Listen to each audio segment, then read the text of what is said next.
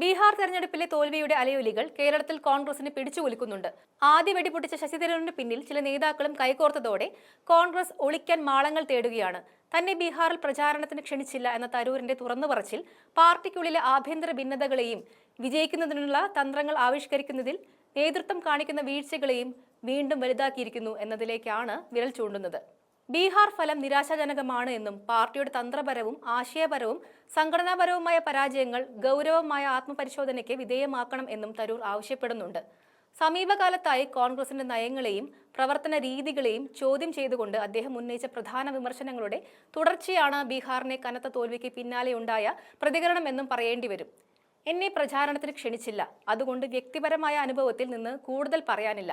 പ്രചാരണത്തിൽ നേരിട്ട് പങ്കാളിയായവർ കാരണങ്ങൾ വിശദീകരിക്കണം എന്ന് തരൂർ പറയുമ്പോൾ ഒളിയമ്പ് നേരെ കെ.സി. വേണുഗോപാലിനെ തേടിയാണ് എത്തുന്നത്. കേരളം തദ്ദേശ നിയമസഭാ തെരഞ്ഞെടുപ്പ് ചൂടിലേക്ക് കടന്ന ഈ സാഹചര്യത്തിൽ തരൂരിനെ പോലെ മുതിർന്ന നേതാവ് ഇത്തരമൊരു ഗുരുതര ആരോപണം ഉന്നയിക്കുന്നത് വരാനിരിക്കുന്ന തെരഞ്ഞെടുപ്പുകളിലും കോൺഗ്രസിന് ജനക്ഷേമത്തിൽ ക്ഷീണം തന്നെയാണ് എന്ന് കാണാൻ സാധിക്കും.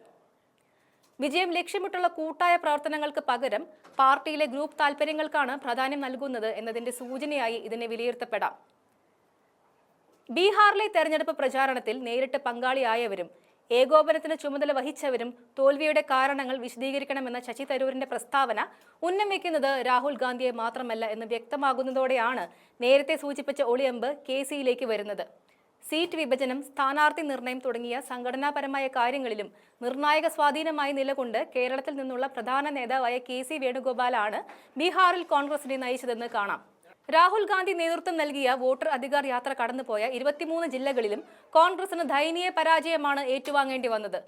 2020 തെരഞ്ഞെടുപ്പിൽ 19 സീറ്റ് നേടിയ സ്ഥാനത്ത് മത്സരിച്ച 61 സീറ്റിൽ കേവലം 6 മാത്രമാണ് പാർട്ടിക്ക് വിജയിക്കാനായത്. സെപ്റ്റംബർ 1 വോട്ടർ അധികാർ യാത്ര പട്നയിൽ അവസാനിച്ചതിന് പിന്നാലെ രാഹുൽ വിദേശയാത്രയ്ക്ക് പോയി. പിന്നീട് തെരഞ്ഞെടുപ്പ് പ്രഖ്യാപിച്ച ശേഷം മാത്രമാണ് സജീവമായത്.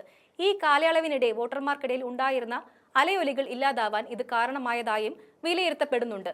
കോൺഗ്രസ് വർക്കിംഗ് കമ്മിറ്റി അംഗമായിട്ടും തരൂരിനെ ബീഹാറിലേക്ക് അടുപ്പിക്കാതെ മുൻനിര നേതാക്കൾ വിമുഖത കാണിച്ചതും തെരഞ്ഞെടുപ്പിൽ തിരിച്ചടിയായതായി വിമർശനമുയരുന്നു.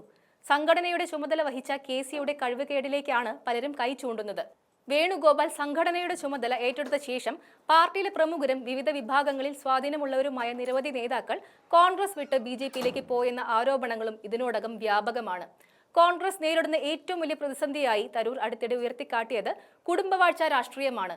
കുടുംബവാഴ്ചയ്ക്ക് പകരം കഴിവിനെ അംഗീകരിക്കേണ്ട സമയം അതിക്രമിച്ചുവെന്നും ജവഹർലാൽ നെഹ്റു, ഇന്ദിരാഗാന്ധി, രാജീവ് ഗാന്ധി, രാഹുൽ ഗാന്ധി, പ്രിയങ്ക ഗാന്ധി എന്നിവരുൾപ്പെടുന്ന നെഹ്റു ഗാന്ധി കുടുംബത്തിന്റെ സ്വാധീനം രാഷ്ട്രീയ നേതൃത്വം ജന്മാവകാശമാണെന്ന ധാരണയ്ക്ക് അടിത്തറ ഇടുന്നതാണെന്നുമായിരുന്നു തരൂരിന്റെ വിമർശനമെന്നും പറയേണ്ടി വരും.